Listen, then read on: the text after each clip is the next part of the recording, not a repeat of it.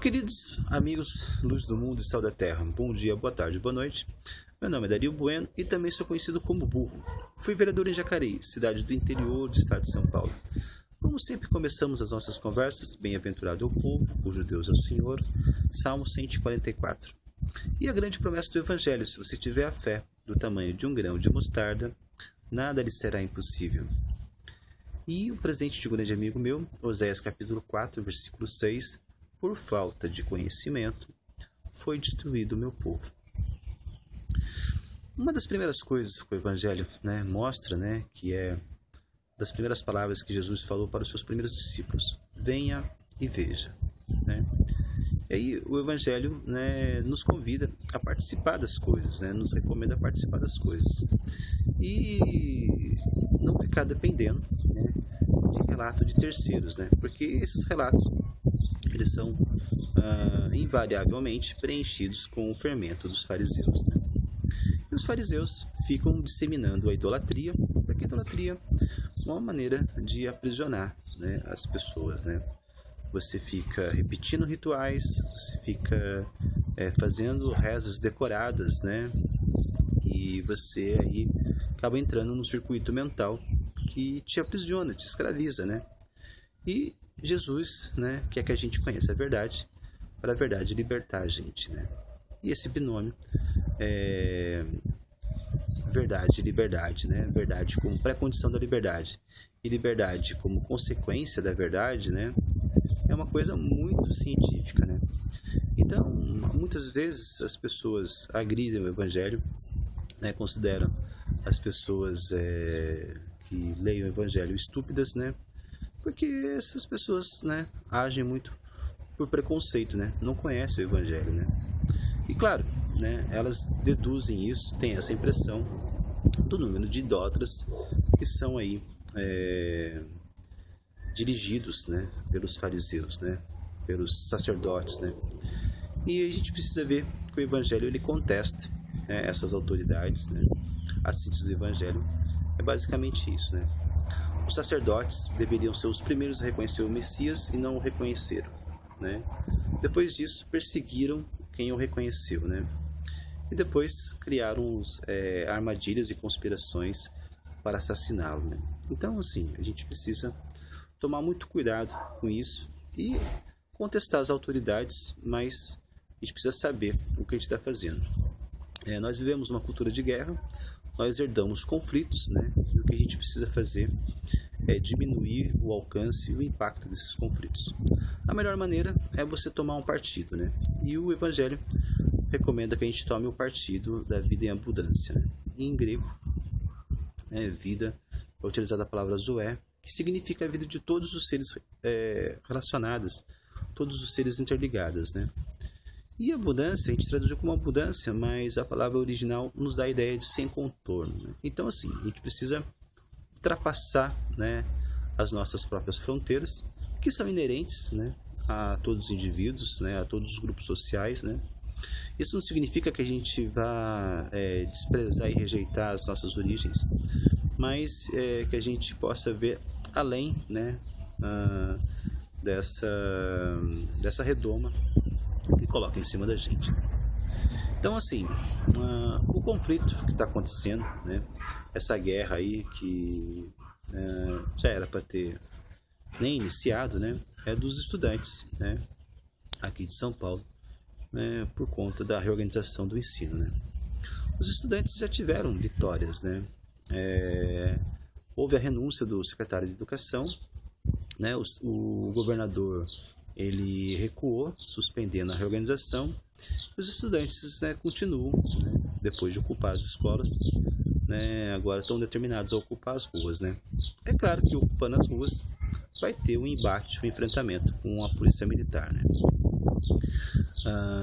Só que, assim, numa cultura de guerra, a gente precisa entender que as guerras elas não acabam, Então, é ilusório você saber quem ganhou ou quem perdeu uma guerra, porque o que existe é uma propaganda e contra-propaganda de cada uma das partes, E só que os estudantes, eles têm uma vantagem porque houve um recuo do governo do estado, né? E assim, então, aos olhos da sociedade, não tem mais por que os estudantes continuarem os seus protestos, né? A sua mobilização. E os estudantes vão acabar, né? Em vez de colher os louros aí, né, da simpatia, né, pela mobilização, vão começar, né, por causa do transtorno, né, a criar antipatia, né? E aí, assim, toda a mobilização que houve antes, né, vai por água abaixo, né, e vai ser em vão, né? E a gente precisa saber a hora de parar para a gente ver, né, assim, colher, né, os frutos do esforço que foi despendido aí, né, nos protestos aí, né? E aí, assim, a gente tem que ver qual que é a ideia de protesto, né? Protesto é incomodar, é ser mal recebido pelas pessoas, né?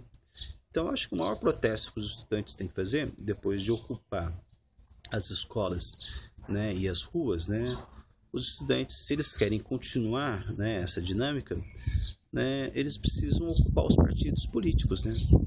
Sim, tenho certeza que nos partidos políticos eles serão mal recebidos, né? Então, assim, eles vão incomodar os dirigentes partidários, né, nas reuniões, né, fazendo os seus questionamentos, né, e de maneira contundente, né, como eles estão dispostos a fazer, como demonstraram a disposição nos protestos aí, são quase um mês já de protesto, né? Então, assim, seria muito mais proveitoso para a sociedade, né? E os conflitos seriam menores, né? Porque, assim, os partidos entusiastas dos protestos, eles aceitariam esses mesmos estudantes com esse mesmo fervor dentro das suas reuniões, né? Querendo saber quem são os próximos candidatos, né? Querendo definir quem são os próximos candidatos, querendo definir o programa de governo, né? Não sei se seriam ou não, porque a maioria dos partidos não tem diretórios, né? A maioria dos partidos são regidos por comissão provisória. E assim, né? Assim, é nos partidos que começam esse comportamento do governador de não dialogar, né, de tomar decisões sem compartilhar com os interessados, né? Porque é a tradição dos partidos, né? Todos os partidos. Você tem lá um presidente que muitas vezes comprou o partido, né, e com a sua curriola acaba decidindo quem são os candidatos, quem são as coligações que devem ser feitas, né? Principalmente para a sua própria conveniência e dos seus apaniguados, né? Então, assim, a verdadeira revolução não está nas ruas, né? A verdadeira revolução está dentro dos partidos, né? Uma vez que com os nossos tributos nós subsidiamos esses partidos, todos os partidos, né? E aí os estudantes precisam avaliar, né, qual é a sua tendência, né, ideológica, se é de mais de direita, se é de mais de esquerda, ou é uma tendência moderada, né? Assim, existem 33 partidos, né, que estão aí, né, estão à disposição, mas não estão disponíveis, né, porque você só vai ocupar esses partidos, né, com essa ferocidade que vocês ocupam as ruas, né? Porque eles querem pessoas, né, que ajoelhem, né, e façam o que eles querem, né? Então, assim, a mídia, né, cobre, né, aí o protesto dos estudantes, né, e às vezes acaba tendo aí um excesso de força, né, das duas partes, né? E assim, mas não cobre a opinião dos deputados, né? Nós temos aqui em São Paulo 94 deputados, né? E assim, estaduais, né? É uma média de um deputado para 400 mil habitantes, né? Então, assim, a gente não vê pronunciamento deles, né? A mídia não os mostra, né? Então, em vez de esfregar um livro qualquer, né, no rosto, né, de um policial que está ali cumprindo o seu dever, né, de defender muitas vezes o patrimônio público, né, e a ordem ali do trânsito, né, né? Então, assim, o protesto seria muito mais radical se esfregássemos, né, o estatuto, né, do partido, né, no rosto dos dirigentes partidários, né? Pra você ter uma ideia, aqui em 2012, o PSOL, né, eu cito o PSOL porque é um dos partidos aí de esquerda, né, tido como revolucionário, e às vezes entusiastas, né, dessas mobilizações mais fervorosas, né? Eles, aqui, né, em Jacareí, eles lançaram 4 ou 5 candidatos a vereador, né? Isso jamais atingiria o consciente eleitoral, né? Quer dizer, deixou, né, o partido vazio, as candidaturas vazias, né? Poderiam lançar 20 candidatos, né? Isso não quer dizer que 20 candidatos atingiriam o consciente eleitoral, mas seria muito mais eficiente, muito mais eficaz para atingir seu objetivo, você completando a chapa, né? Então, aqui o pessoal tirou oportunidades de 16 candidatos, né? E cada candidato que participa, né, ele faz um reequilíbrio, né, nos votos, né? Então, assim, cada voto, né, altera significativamente as eleições, né? E assim, então, sabe, assim, falta, né, um tipo de cuidado, né? Eu fico pensando assim, eu penso isso há muito tempo, né? Se tivéssemos bons professores, teríamos políticos melhores, né? Onde estão os professores que não estão orientando os estudantes, né, a pararem, em tempo, né? Pela própria segurança dos estudantes, né? Onde estão esses professores, né? Eu fico preocupado com a reposição das aulas, né? Porque os estudantes já foram prejudicados com mais de 90 dias de greve, né, dos professores de São Paulo, né, no início do ano, no meio do ano, né? E assim, essas reposições onde estão, né? Quando farão essas reposições, né? Estão perdendo a oportunidade de fazer a reposição agora, né? Os professores estão batendo ponto, né? Estão fazendo chamadas, né?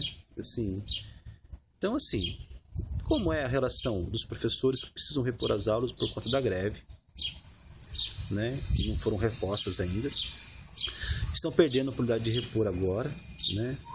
Assim, o ano letivo ainda não acabou, então, quer dizer, está criando mais um déficit, né, nos dias letivos, né? E assim, onde estão os professores agora, né? Então, assim, por falta de conhecimento foi destruído o meu povo, né? Então, a gente precisa fazer isso, né? Se tivéssemos bons professores, teríamos políticos melhores, teríamos representantes melhores, né? E os conflitos seriam menores, né?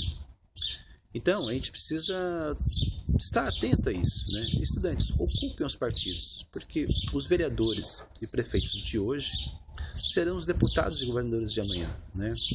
Então, assim, 2016 é um ano muito importante, né? É um ano de eleições municipais.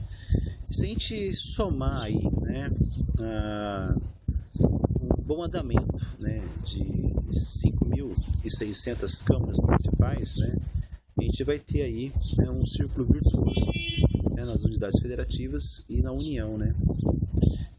Então, esses problemas, né, não só esses problemas como da reorganização do ensino, né, mas o desastre ambiental de Mariana, né, a questão do impeachment, a questão da corrupção, né, a gente conseguiria trabalhar melhor se tivéssemos pessoas esclarecidas, né, ocupando os cargos de liderança, né?